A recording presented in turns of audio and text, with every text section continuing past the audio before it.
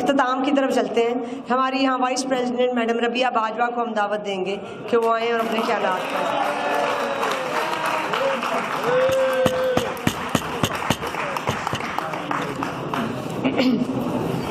मोअज़्ज़ज़ सदर Lahore high court bar association, हमारी मोअज़्ज़ज़ cabinet, मोअज़्ज़ज़ सदर लाहौर बार, उनके इंतहाई काबिल एहतराम कैबिनेट, मेरी बहनें, मेरे भाई और आइन के मुहाफ़िज़ मेरी बार, मुझे आप पे फ़ख्र है।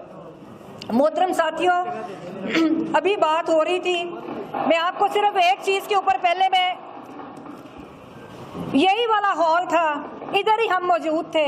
मेरा ताल्लुक तो किसी सियासी जमात से नहीं है, मैंने काला कोट पहना है और हमारी स्ट्रगल रूल ऑफ लॉ की है।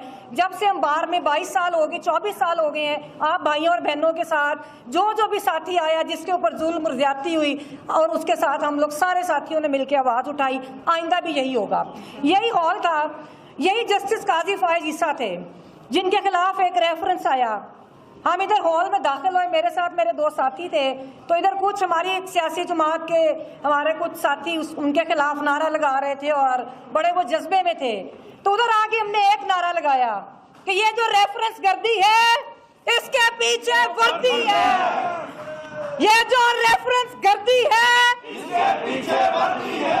तो आज भी हम खड़े हैं, हम आज भी उन्हीं कुव्वतों के खिलाफ खड़े हैं। मुझे नहीं पता कि कौन सी सियासी जमात आज हमसे खुश है या कौन सी नाराज है। हमसे तो वैसे ही नाराज रहती है। मुझे तो वैसे ही इलेक्शन में किसी सियासी जमात ने कोई सपोर्ट नहीं किया, सब मेरे मुखालिफ ही थे। तो मेरे बहन भाई जो सियासी जमातों के कारकुन हैं, मैं हर सियासी जमात के कारकुन को सलाम पेश करती हूँ। हर सियासी जमात का कारकुन इस मुल्क को बेहतर करने के लिए और वो ख्वाब लेके जदोजहद करता है। MRD की मूवमेंट थी, उसके बाद वुकला तहरीक आई, उसके बाद हमने बाकी क्राइसिस देखे, मेमो गेट आया, जस्टिस काजी फायज ईसा साहब। सियासी जमातों, कोई जज किसी सियासी जमात का नहीं होता, जज भी आइन का होता है। मेमो गेट आया तो पीपल्स पार्टी आपसे नाराज हो गई। कोयटा कमीशन रिपोर्ट आई जहां पर हमारे भाइयों को शहीद किया गया, वो आज भी हमारे दिल के अंदर, वो आज भी हमारी नजरों में एक हमारे दिल में वो दुख है कि जिसका आप लोग मुदावा नहीं कर सके। हमारे भाई, उनकी शहादत के ऊपर जब रिपोर्ट आई तो नून लीग नाराज हो गई जस्टिस फायज ईसा से। उसके बाद फैजाबाद वाली आई तो तीसरी PTI के साथी नाराज हो गए। हम आज भी आपसे तवक्को करते हैं कि कोई भी नाराज हो, कोई भी राजी हो, इस आइन को आपकी जरूरत है, इस काम को आपकी जरूरत है। आप मुल्क के अंदर आइन को बहाल करें। अभी मेरे भाई ने कहा फैजाबाद धरना केस, बिल्कुल फैजाबाद धरना केस के ऊपर भी बात होनी चाहिए। मैं ये कहती हूँ, मैंने पहले भी मुतालबा किया था कि जैसे बरतानिया में क्रामवेल को फांसी दी, उसकी कब्र को अलामती फांसी दी जो आइन शिकन थे। मैंने पहले भी मुतालबा किया, मैं आज फिर करती हूँ कि आप भी पाकिस्तान के आइन शिकनों की कब्रों के ट्रायल करें।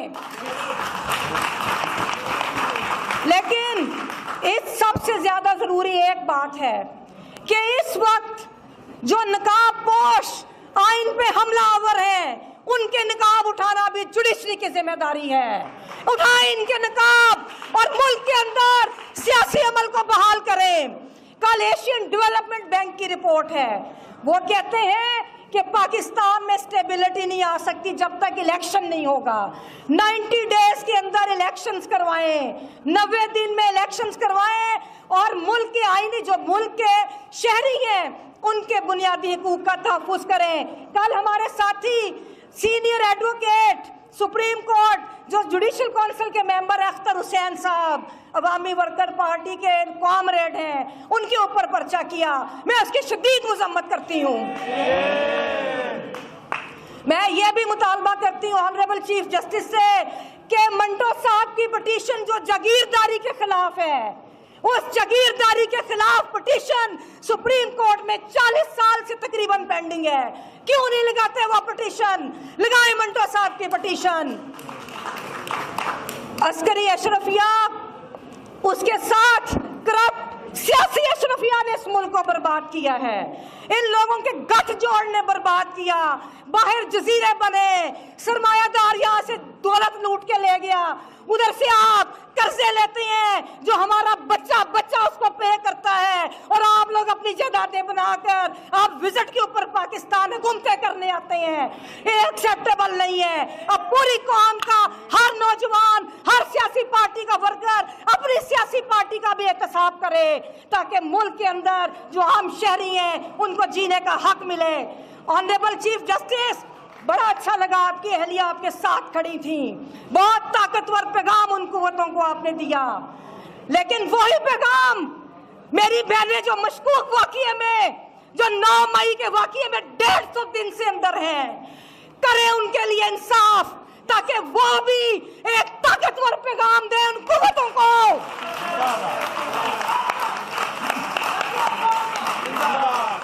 मेरी बहनें वो पैगाम दे, तो वो शायद उनके पास वो मुकाम नहीं कि वो भी उस जगह पे खड़ी हो जाती, लेकिन अगर उनको इंसाफ मिल गया तो ये बहुत ताकतवर पैगाम होगा उन हलकों के लिए। अब चूंकि वक्त कम है, हमने बाहर भी निकलना है, मैं आखिर में एक बात कहूंगी, पूरी पाकिस्तानी कौम को हम राब्ते भी कर रहे हैं, मुख्तलिफ ऑर्गेनाइजेशन हमारे साथ निकलना चाह रही हैं, कोई सरेंडर नहीं करना आपने अपने हकूक के लिए। ये हमारा मुल्क है, ना सब मुल्क छोड़ के जाते हैं, ये हमारी धरती है और हमने इधर रहना है, हमने उन कुव्वतों का एहतसाब करना है जिनका कोई एहतसाब नहीं कर सकता। ये ईस्ट इंडिया कंपनी के नुमाइंदे हैं जो हमारे ऊपर काबज हैं, जो हमारे वसाइल को लूट रहे हैं, और आप और ये जो आज रेजोल्यूशन मेरे भाई ने उस बच्चे के बारे में दी, मुझे बहुत अफसोस है, बहुत तकलीफ है, और ये जो निज़ाम है ये हमारे एक नहीं सारे बच्चों के जज्बात का, उनके मुस्तकबिल का कातिल निज़ाम है। इस निज़ाम को तब्दील करना है आपने।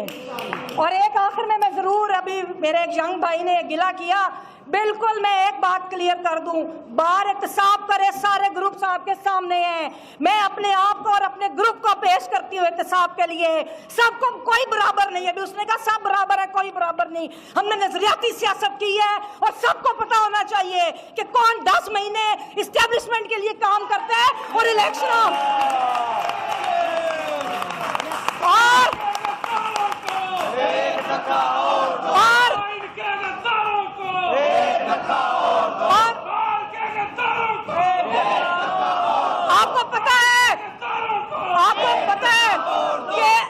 की जद्दोजहद हमने चलाई, वुकला तहरीक हमने चलाई, बेशक उसके बेनिफिशियरी कोई भी थे, वो आप लोगों ने और हम लोगों ने चलाई। उसके बाद जब पीटीआई की गवर्नमेंट आई तो हमारे कायद ने उसको कहा कि तुम लोग गलत कर रहे हो, उनके मुंह पे जवाब दिया, ले आई लीडर्स, ले आई कौन उनको जवाब देते हैं, सियासी जमातों को। जब हुकूमतें चली जाती हैं तो उनके एजेंडे के लिए ये बार पॉलिटिक्स करने आते हैं। आप खुद एहतसाब करें, हम गलत हैं तो हमें कहें, और मैं मुनाजरे का चैलेंज करती हूँ, बाहर का कोई भी साथी, कोई भी लीडर अगर मुज़ाकरा करना चाहता है, कोई मुनाजरा करना चाहता है कि किसने बाहर को लूटा, मैं चैलेंज करती हूँ।